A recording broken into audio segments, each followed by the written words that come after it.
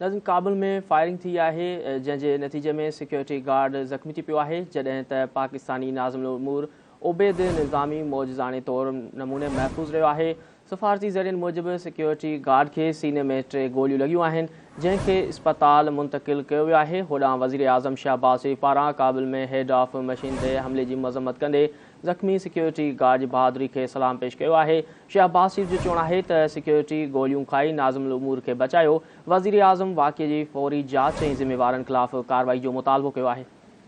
जी नाज़रीन, breaking news आहे, अवां खे आगाह कंदासीं। काबुल में पाकिस्तानी सिक्योरिटी गार्ड ते फायरिंग कई वई आहे, जंहिंजे नतीजे में सिक्योरिटी गार्ड ज़ख़्मी थी पियो आहे, जॾहिं त पाकिस्तानी नाज़िम उल-उमूर उबैद निज़ामी मौजज़ाने नमूने महफ़ूज़ थी वियो आहे। सिफ़ारती ज़रियनि मूजिबि सिक्योरिटी गार्ड खे सीने में 3 गोलियूं लॻियूं आहिनि, जंहिंखे इस्पताल मुंतक़िल कयो वियो आहे।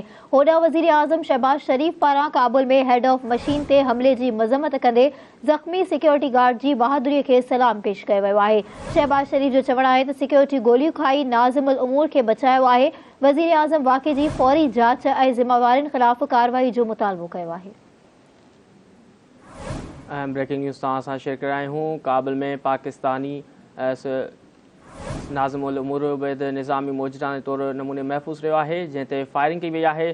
सफ़ारती ज़रियनि मूजिबि सिक्योरिटी गार्ड खे सीने में 3 गोलियूं लॻियूं आहिनि, जंहिंखे इस्पताल मुंतक़िल कयो वियो आहे। होॾां वज़ीर आज़म शहबाज़ शरीफ़ पारां काबुल में हेड ऑफ मशीन ते हमले जी मज़म्मत कंदे ज़ख़्मी सिक्योरिटी गार्ड जी बहादुरी खे सलामी पेश कई, जंहिं शहबाज़ शरीफ़ जो चवणु आहे त सिक्योरिटी गोलियूं खाई नाज़िम उल-उमूर खे बचायो। वज़ीर आज़म वाक़िए जी फ़ौरी जांच ऐं ज़िम्मेवारनि ख़िलाफ़ कार्रवाई जो मुतालबो कयो आहे।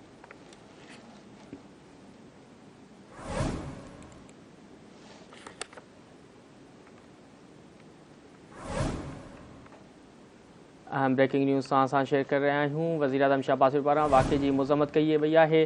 काबुल में पाकिस्तानी सफ़ारतखाने ते फायरिंग थी आहे, जंहिंजे नतीजे में सिक्योरिटी गार्ड ज़ख़्मी थी पियो आहे।